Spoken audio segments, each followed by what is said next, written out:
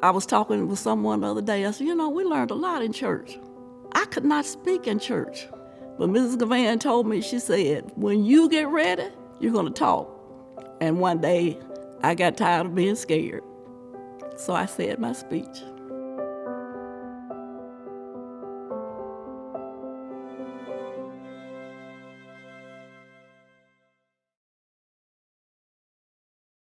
St. Paul was established in 1869, and that year, the 14th and 15th Amendment allowed African Americans to be able to acquire property.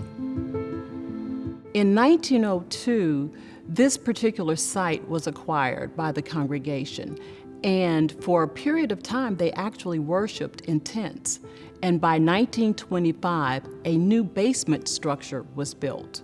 The congregation worshiped in that basement structure for a period of about 25 years. Then Dr. Gibson became the pastor, and within a matter of 3 years, he actually built a sanctuary on top of that ancient downstairs basement.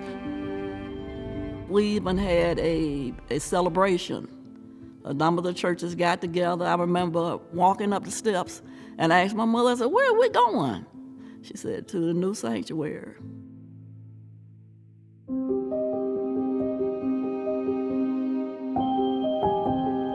"15 years later, Dr. Joseph Lowry, he became the pastor. During the time that he was a pastor, he was the president of the board for the JCCEO. There were meetings here with that. He also was one of the founders of the Southern Christian Leadership Conference that we know as SCLC.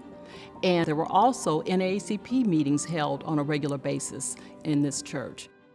At that time, there needed to be a mass meeting at one of the churches, and several churches were contacted, and they declined because of the climate. The night before the first mass meeting was held here at St. Paul, Reverend Shuttlesworth's house was bombed. People were really concerned. They had heard what happened to a number of the people in Montgomery who had lost their jobs if they participated in marches. My mother was a school teacher with the Birmingham city school system and was said that if we attended, she would get fired. As SCLC began to discuss this, 2 young members of that organization said, why don't we have children involved? And so from this church, that's where the birth of children as activists really began for the entire country. Reverend N.H. Smith, Reverend A.D. King, and Dr. Porter led a march on Palm Sunday, 1963, from St. Paul to City Hall to protest the fact that the bus system here was still segregated. The police commissioner, Bull Connor, objected to the marches and brought in the police and the fire department to try to break them up. The interesting thing about Commissioner Bull Connor, he was also a United Methodist. So here we had children marching from a Methodist church for equality, and we had a United Methodist as the commissioner over public safety, sicking dogs and having fire hoses turned on children. I can't forget it. We were in Sunday school, and the bomb went off and knocked us up against the walls. And we said, where did they bomb this time? And that's when we found out it was 16th Street. And of course, we thought our church would be next.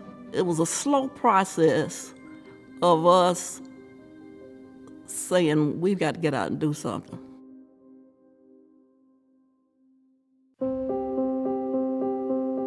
This church has been a remarkable reflection of what has happened in this nation. From the onset, this church has been involved in human rights.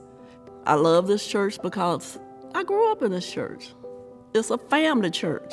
When we come to this church, we worship, but we also think about the past members. And it's just a church that we enjoy coming to.